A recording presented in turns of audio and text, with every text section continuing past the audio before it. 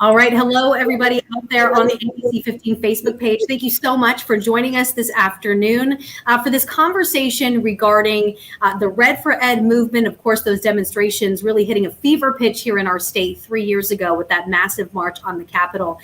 Carla Navarrete and Carla's over here. Carla Navarrete and I really excited to be joined by two of our experts, by two of our guests. We have Marisol Garcia. She is the current vice president of the Arizona Education Association. And we also have Heidi Sankovic. She is the Director of Exceptional Student Services with the Leona Group. And they actually manage 50 schools or so all across the country. So we are very grateful to have you both with us today. And the goal of today's conversation, we invite those of you at home to chime in the comment section, share your thoughts, ask questions, really just reflecting on that time in our state history and really that milestone in education, taking a look at where we're at now and where we're going. So we're going to jump right in because we know this time goes very fast. So Marisol, I'll go ahead and start with you.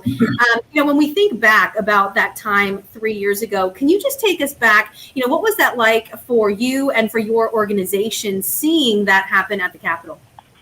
Sure. I mean, April 26th was breathtaking for us. I think that when we showed up downtown and met at Diamondback Stadium, we were really unsure how many people were going to show up just for the initial first march. We had prepped for about 20,000 people and thought that would be the extent, but we just kept walking. And as we were getting closer to the Capitol, we were being told that the march was still going on. I think for us, it felt like we were able to finally make a statement to not just the state, but the country that we as educators have a voice, and we wanted to bring all the community together, small businesses, just a variety of stakeholders together to really make sure people understood it was time to make public education a focus of the state, which has not happened and did not happen for quite some time. So we all get to live back through our memories on when videos come up and pictures come up from that day. But I think even more importantly, I remember just being surrounded by my colleagues who all believed in the same thing that I believed in. And I think we've heard that from many educators all throughout this week, that they felt like this was really a chance to bring districts and leaders and even people who weren't in education together for one common purpose. And Heidi, I'd love to get your input on this as well, because I think so often we talk about our traditional public schools and our charter schools as separate, but this was something that impacted schools and teachers and students all across the state. So for you and your organization, what was that time like? It was really exciting to see the energy around that for sure. And it really got the conversation started and put it at the forefront around teacher pay and a lot of the other issues that Red for Ed brought to the public audience that they were sharing. So I think it was exciting to see that momentum then carry over into Governor Ducey's 20 by 2020 initiative, which was a great start. I don't think we're quite there yet, but I think it was a really good start. And I'm not sure that it would have happened without that big statement. So. Heidi, if I can just piggyback off of what you just said, I think Kathy Hoffman, Superintendent Hoffman, just exactly made those comments. It was a starting point, but we still have a long way to go. With the class size situation, is there anything that you've seen positive going into that area of education? Or, Kathy did mention, Ms. Hoffman did mention that we're still, one of the worst states in the country when it comes to that ratio. National average 16-1, Arizona fluctuating between like a 22 to 24, depending on what data you're looking at. Is there anything that the Leona Group could share as far as classroom sizes for your schools? Mm-hmm. Well, I think, that's going to vary from place to place, community to community. And so it's hard to answer that in a broad way and say that one specific number is the perfect number. For us and our schools, what I can say is, as public charter schools, we have a lot smaller campuses than a lot of the larger traditional school districts. So that really enables us to really get to know each and every one of our kids, build those really meaningful relationships, which really personalizes the experience that the kids on our campuses have. And so, you know, for us, I don't see that as being a huge barrier, but certainly I'm sure that it is in a lot of places. Yeah. And I think Marisol, you could probably speak a little more to that from some of the traditional public districts who do have, you know, potentially more students, larger campuses as far as where we're at when it comes to class sizes in our state. I know that was a big priority during Red Fred and still continues to be. Yeah, I mean, I can't speak to the differences between the two entities as far as class size, but I can speak to the importance of class size for every student. As a middle school teacher, I generally had anywhere between 140 to 160 students every single day. Aside from the paperwork or the grading or the testing that comes along with that number, comes the inability for me to be able to connect with each student. You know, as a mother, I know my student learns very differently. My son, he learns very differently. He reads differently. He does things different than every other student. And when you push down class sizes, it allows the qualified instructor, the highly credentialed person in there who studies reading development and pedagogy and understands that, to have time with each one of our children. And I found that to be the best instructional piece that I could offer. If I was able to carve out time to be with 3 and 4 students at a time and have these long discussions, we were able to really get to the core of what I was trying to teach. So I think across the board, the fact that Arizona still has some of the highest class sizes in the country is why the movement, the Red Fred movement, continues on. Because every parent, every educator that's in a building can see that we still have not changed or moved that needle as we need to. And I think this is a question that could go to both of you. I'll start with Heidi on this one. Jean McNeil at about 12:01 bringing up pay raises for teachers. And Heidi, you mentioned that 20 by 2020. That was definitely a positive step. How have you seen those raises play out in your schools, and how important is teacher salary when it comes to recruiting and retaining those qualified teachers? Well, I mean, teacher salary is a very important piece of recruiting and retaining quality teachers. That's for sure. But I think there's more to it than that, and that's a lot of what we focus on is making sure that our teachers are paid as professionals, but then also that the working environment that they're in lends them a voice to be part of the direction of the school, the ability to be flexible, to meet the needs of our kids that we have in front of us right now, and change plans when those things change. That's a really valuable thing for a teacher to have beyond what you can offer in salary and benefits. So I think there's a bigger conversation about what it is to be a teacher as a professional and what that really means. And pay is a huge part of that, but it's not the only part. Yeah. I mean, I can speak to the fact that, I mean, I agree with Heidi that having agency in being part of your school, making decisions, what's happening in your classrooms, what's happening at your school, what's happening at your district, which is why I'm a really proud union member, because that's what we do is we organize in order to bring collective voices to make changes that helps not just with our professional job, but with kids, right? Being focused and student-centered. But I also think that pay has to be part of it, as it is for every profession. When students graduate from college, when my son graduates from college, I'm going to want him to be able to afford and have the things for him and his family. And so when you have first generation graduates from college making decisions, do I go into a profession, especially in Arizona, that has not made teacher pay a priority versus going into real estate or going into engineering, where I know there is a consistent pay gap between teaching. We are losing these incredibly intelligent students to those professions.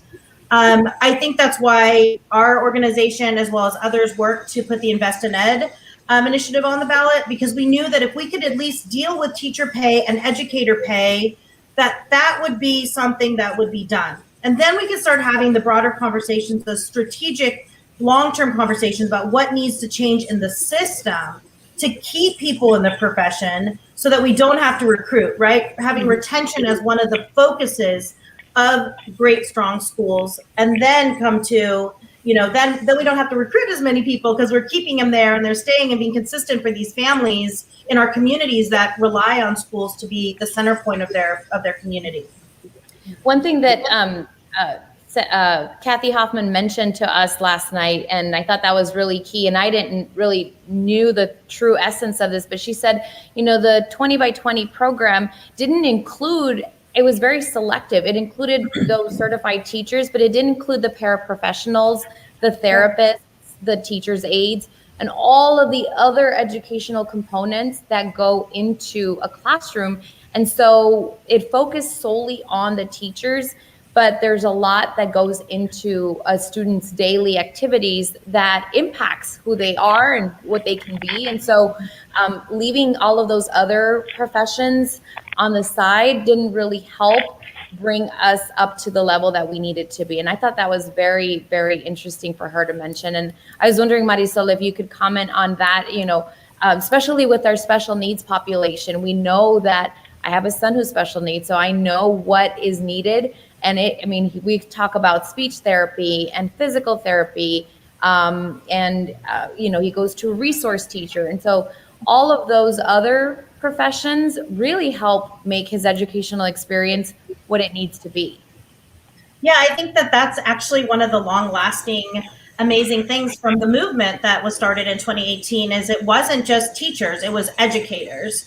And when we talk about educators, there is just as many teachers as there are classified employees at a site, people who help students cross the street, who are cleaning the schools, who are providing food, who are providing duty and making sure kids are playing at recess safe, paraprofessionals who are vital, especially for students who need additional support. When the governor passed the 20 by 2020 measure, it did not include any of those people. So when a lot of people misunderstand saying, hey, teachers got 20%, almost 90% of the schools used the money to help offset, to ensure that there was an equitable pay that was given to those people. Because I could never do my job in the classroom if I didn't have a front office secretary, if I didn't have somebody who was going to come in and help do small group instruction, somebody in the library. Those people were not part of that plan, which is why, again, we went to the ballot, because in Invest in Ed, it does have, for the first time, dedicated funding to educators that are not certified classroom teachers. And so we were hoping to help bridge that gap, especially because these are people who live in the communities to which the schools are in. So most of the cafeteria workers and custodial workers in my school, I taught their children. So there was this kind of all around support that this child was getting, knowing my parent is coming to work and my teacher knows my parent, and we're all going to surround to make sure that this child is successful and has every opportunity that they deserve. Now, we touched on recruitment and retainment here just a few moments ago, and I was actually out at a middle school in the Cartwright district yesterday doing a story on their teacher mentorship program, and they were talking about how vital that extra support is in those first few years. But they also mentioned that they are having to recruit a lot of teachers from out of state. Now, I did recently speak with several students who are studying education right now in our public universities. And the good news is that they are seeing more students enrolling in those teacher prep programs and graduating with support from Arizona Teachers Academy. So that's a bit of a highlight there. But two of those students told me that Red for Ed actually solidified their decision to become teachers because of the support, because of the passion that they saw in that. Heidi, I'm curious for you and your schools, when it comes to recruiting teachers, how has that process been? Have you seen any sort of difference in the past 3 years? And where are a lot of your teachers coming from? Well, we have schools all over Arizona, so, it varies definitely by location. And, it's definitely harder to find teachers in rural areas of the state. The benefit there is exactly what Marisol was just saying. These are people that are in the community, are very passionate about making the school successful. So when we find those people, that is wonderful for the whole school. I think in the last 3 years, I don't know that it's changed from what we were seeing before. I don't know that we have more or less candidates. I think this year is a little bit hard to judge based on what's going on right now and what has been since last year. So I don't know that it's necessarily changed, but I think we have become more aware of ensuring that those supports are there, like that mentorship program that you're mentioning. We have a new teacher academy for all of our new teachers. We've had it for several years, and every year we evaluate how is that working, what other supports do they need, so that no matter which one of our schools they work in, they're set up for success and they're mentored throughout the year. Mm-hmm. Yeah, it sounded like, just in speaking with the folks at the district I was at, the state, that that extra support for especially new teachers who are just starting, in their first, second, and third year. They say that, just the burnout rate is so high because, these students, they might get some student teaching experience, but, when you walk in on day one and that classroom is all yours, there's a lot of learning that happens there on behalf of the teacher. And so, Marisol, I'm curious, just with some of your members, obviously this year has been exceptionally difficult in so many ways. So I'm trying to factor that part out of the question as much as I can. But, in speaking with your members, as far as additional support, that they could use, whether it's mentoring or, having obviously smaller class sizes. But what are you hearing from your members as far as, added support and how that has either changed or stayed the same over the past few years? So I started teaching in Arizona in 2006, and at the time, the school district that I began at, which I stayed for 15 years, was the Isaac School District, and they had a fully funded, this beautiful mentorship program, which ironically, my mom ended up being one of the mentors as well in that school district. And it was a lifesaver. I had veteran teachers that would teach me everything from how to fix a copier, which every teacher will tell you is the bane of our existence, to how to remind yourself to do attendance, how to make sure that you're looking at data for your classroom.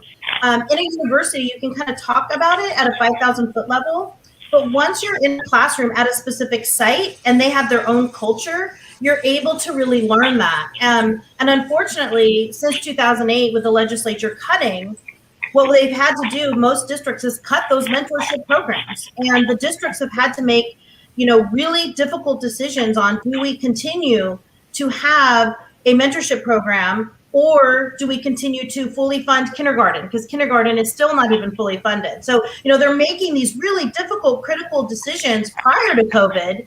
And then COVID comes along and it even compounds it. So I sound like a broken record, but within the Invest in Ed package, we have money for mentorships, and working with the K-12 Center and the Arizona Department of Education and AEA, we've actually developed mentorship standards.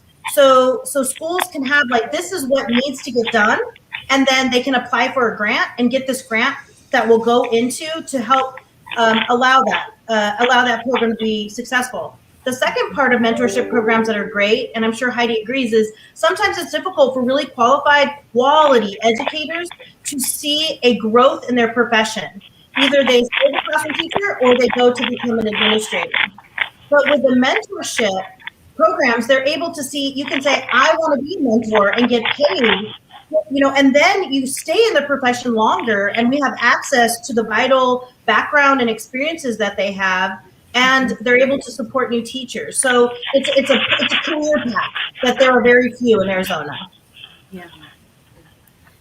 Yeah, I don't think I realized until I was actually there in the classroom speaking with a mentor and her first year teacher, just how much goes into classroom management, professional development, relationship building, social emotional wellness. I mean, there's so many components. So, it's positive news that we're going to be getting more funding to especially the Arizona K-12 Center's mentorship program. 22 districts can now take advantage of that as opposed to 7. So that's a nice leap. But I think we can all agree there's certainly plenty more work to do when it comes to, especially with those teacher mentorship programs.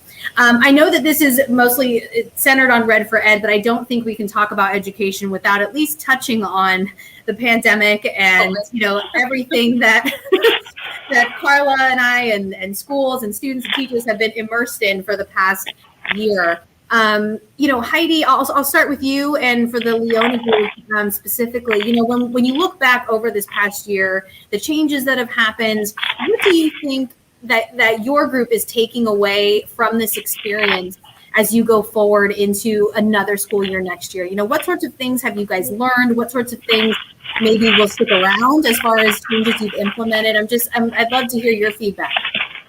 Yeah, it's been a difficult year. Obviously, I think every school will agree with that, but we have learned some things, and we have had some things come out of this that we definitely want to keep going. One of our top priorities at the Leona Group is to build personal relationships with our students. And, our founder always likes to say we know our kids by name, face, and family. And that was one of the biggest pluses for us, is that we've already been doing that all along. And so we felt that we were really able to reach out and make a difference beyond just, the virtual instruction or the academic supports that kids needed this year. We quickly mobilized different staff members to reach out and make sure that parents and families had what they needed in terms of, social service, mental health service, those kinds of things. And, those are not things that we're going to stop, regardless of what next year looks like. And the other thing is that we've actually had at a lot of our schools more parent engagement this year than we have in the past. And I think one of the reasons for that is that we've had to rely so much on technology, and that removes a huge barrier for parents that maybe we didn't really fully realize before. When you don't have to take an entire afternoon off work in order to go to a meeting at your child's school and talk to their teacher, it's much more likely that you're going to attend for that 15, 30-minute meeting than if you had to take off, lose income, find childcare, all of those different factors that play into what makes it hard for parents to participate sometimes. So that's been a real bonus for us, and we are definitely looking at ways of finding where those other barriers might be, that we can remove those and keep that going. Mm-hmm. Yeah, I think there have definitely been some positives that have come out of this as far as how we use technology to improve learning, and how we use that to connect students with other resources or even other parts of the world. Marisol, I'll go ahead and bring you in on this as far as some of the silver linings. I guess I've heard a lot that educators feel like the pandemic has brought to light a lot of the inequities or challenges that have existed for many years. While it's not a silver lining that it kind of heightened all of that, do you think that people maybe are more aware of some of the issues facing education now than they were a year ago or a few years ago? 100%, and you're correct. It's one of those awful things that comes from a horrible situation that we're able to lift up the inequities that exist just even within your own community. The schools I worked in are traditionally underserved schools. These are families that do not have any technology at their home. They don't even have the capability of having a wireless internet in their home because their homes have not been upgraded. So this allowed the larger community in our state and in this country to start to understand that these inequities are very, very deep. You could drive by a school and say, I drive by schools and say, oh my gosh, look how beautiful green their grass is. And where my son's school doesn't have that, right? Because of the community that we might live in. But it's way beyond that. It's way beyond that. And so when we were able to finally say, we're going to work with these companies and get free internet. The reality is the families don't have the capacity in their homes to have that high-speed internet. So it's deeper inequalities. It's also what we saw from a lot of our families and members that are living on tribal lands, that we now have multi-generational trauma for families that have lived in this extreme disparity of poverty where they don't even have running water. And their families have grown up that way. And now you have children living that way. And that since COVID hit their community so hard and they lost so many very, very important ancestors, this is another layer of what we need to be able to offer these students. We need to help their teachers understand that, but more importantly, we need to figure out how to get to these students and give them the exact opportunities that all the other students have throughout the state. So it is unfortunate that we were able to see that, but it was nice that it was finally on the table being discussed. You know, I was out at Avondale Middle School, like 2 or 3 weeks ago, Marisol, and that is exactly you're saying exactly what I saw firsthand. I interviewed three young gentlemen, 3 boys, and you know, they were so excited to be back in school finally, because they went back to school, I think it was the middle of March. And I said, what was so hard about online learning? And they're like, the internet, like all 3 of them simultaneously said that. And they're actually doing a mentorship program on a different scale out there that I want to give kudos to. The fire department is actually teaming up with the school principal, and the principal and the firefighters would converse and talk throughout, and like, hey, so-and-so hasn't logged in online for 3 days. And the firefighter who I spoke with, Danny, he would actually drive out to the kids' home and be like, hey, why are you not showing up? Well, I don't have the infrastructure for the internet. Yeah, the internet company is able to provide it, but we live in an older neighborhood that the homes aren't really equipped to undertake that much internet connectivity. And so I just thought, wow, what a neat partnership to make sure that these kids don't fall through the cracks. One of the things that's on my mind that I'd like to ask both of you, whoever wants to take it first, is, you know, Katie Nash over here in Chandler, a teacher at Chandler High, said, it's kind of nice to see these lower classroom sizes for now, because so many kids have gone to either online school or they're being homeschooled, or, you know, whatever the case may be. So that's brought our classroom sizes down. But we do expect those classroom sizes to go back up to the pre-COVID times. I see you nodding your head. So is that what you're expecting, that, you know, those kids who may have left for COVID are now going to be coming back come fall 2021? Well, I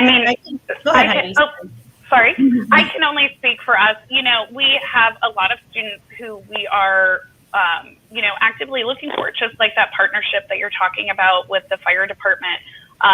We are hoping that they come back.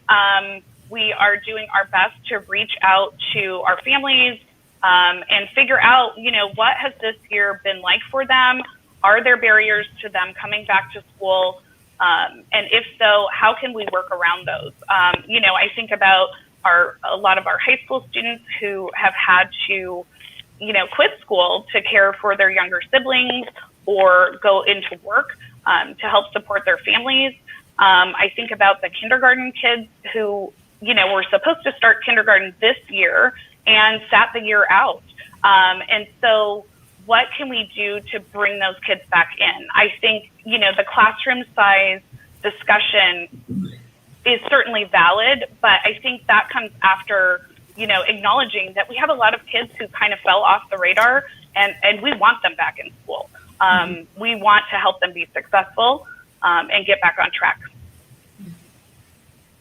Yeah, and I can say I expect students to come back to schools right away. And the reason why I think that it's taking longer, even though the schools have pretty much opened up, almost all of them have the ability to be in 100% 5 days a week, is, you know, even a decision I made for my son. Phoenix Union opened up near the end of March, and, you know, we had an option.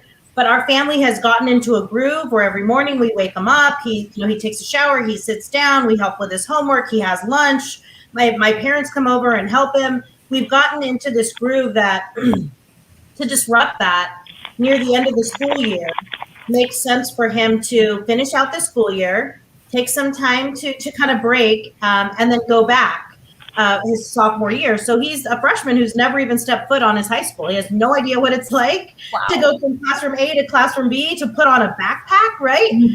And you know, see friends in the hallway coming from 8th grade where it's much smaller, to be outside, to be able to have lunch outside. So he's missed that. I didn't want, as a parent, I was like, I'm going to allow him to stay home, finish this out, and prep him for a sophomore year of what that experience of seeing all these kids is going to be like. So I do expect families to come back. And I also am very hopeful that, parents will be exceptionally understanding for what that next year is going to be, because they've missed that. So there's going to be a little bit of growth, right, of being in a room with potentially 20 children, which has not happened for a lot of them, and then having recess, and we're just going to work through this together.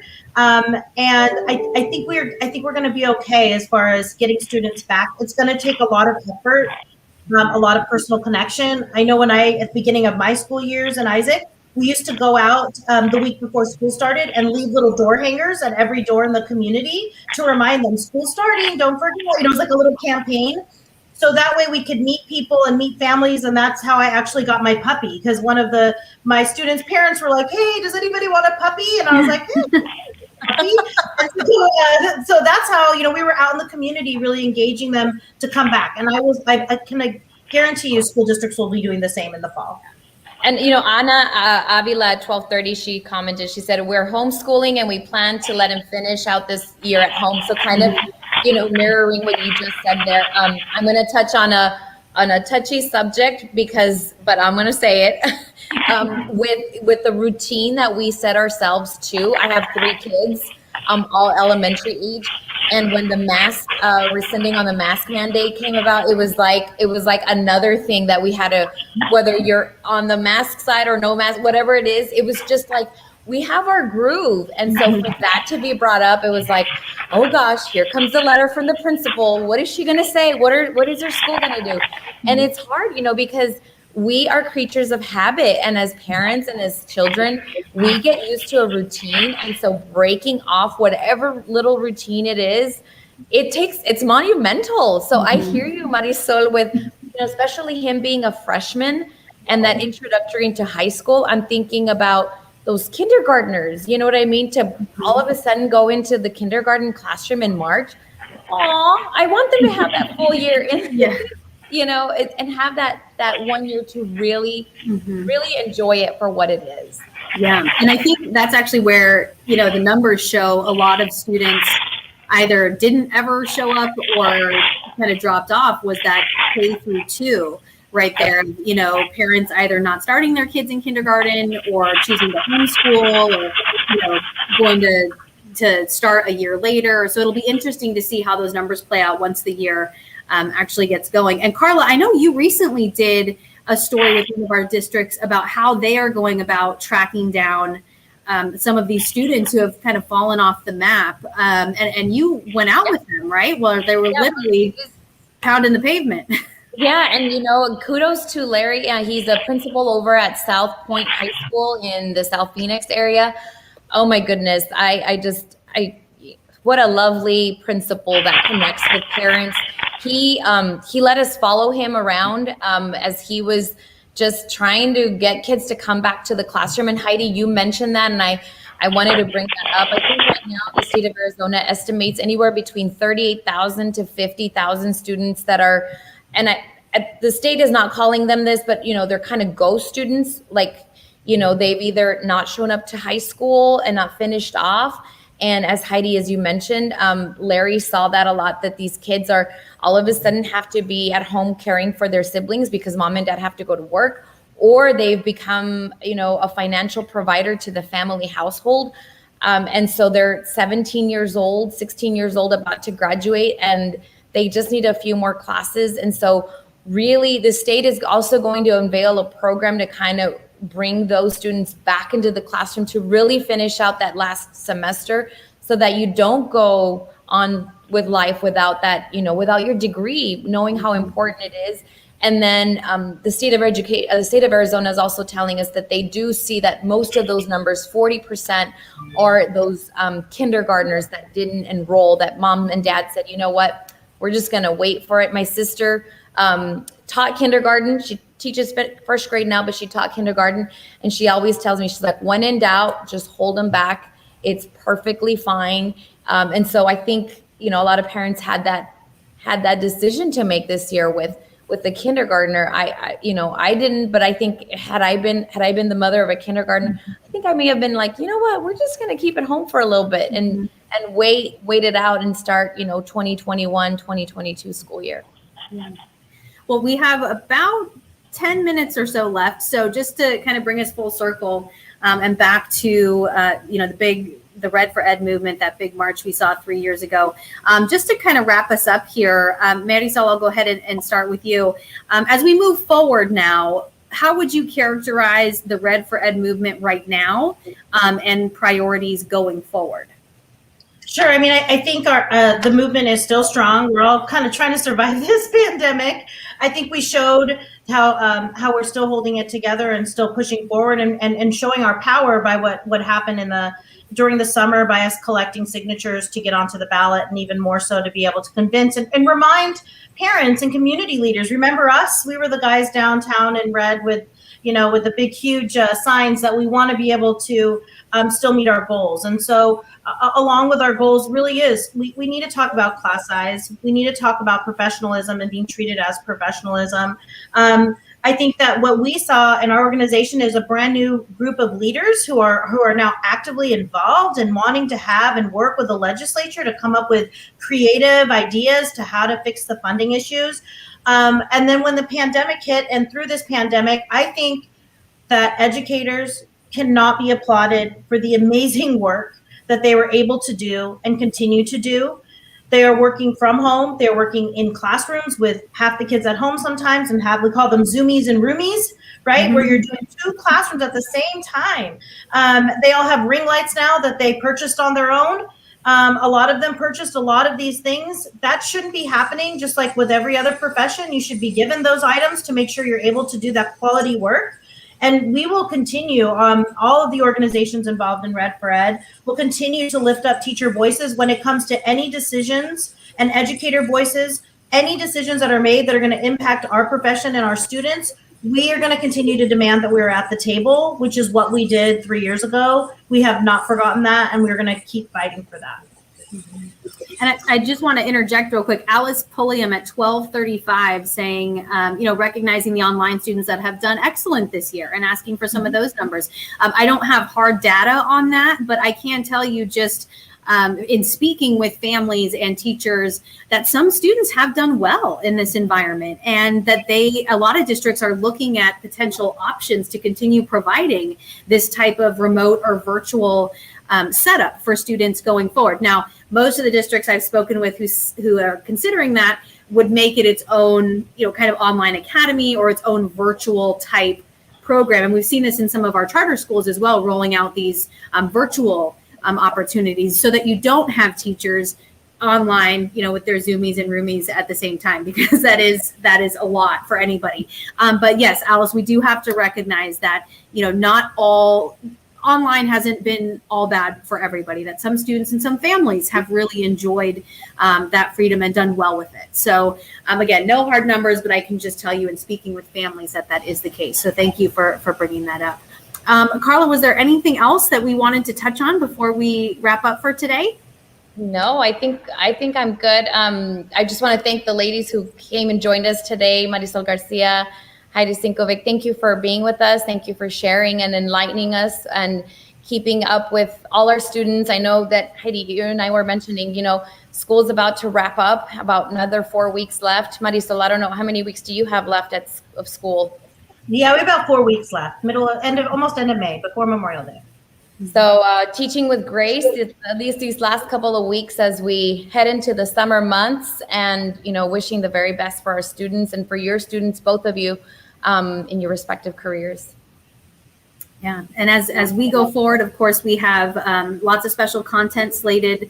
It's already aired this week, slated for the rest of the week as well. You can find all of those stories up at abc15.com/schools. If you are just popping in on this town hall, or you popped in halfway through and you'd like to see the rest of it, we do post all of those at abc15.com/town hall. So we invite you to go ahead and rewatch there on the ABC15 Facebook page. Lots of options to make sure that you are constantly in the know on all things education. So Marisol, Heidi, Carla, of course, always great to see you. Thank you so much. And to those of you watching on Facebook, thank you. And until next time, have a great day.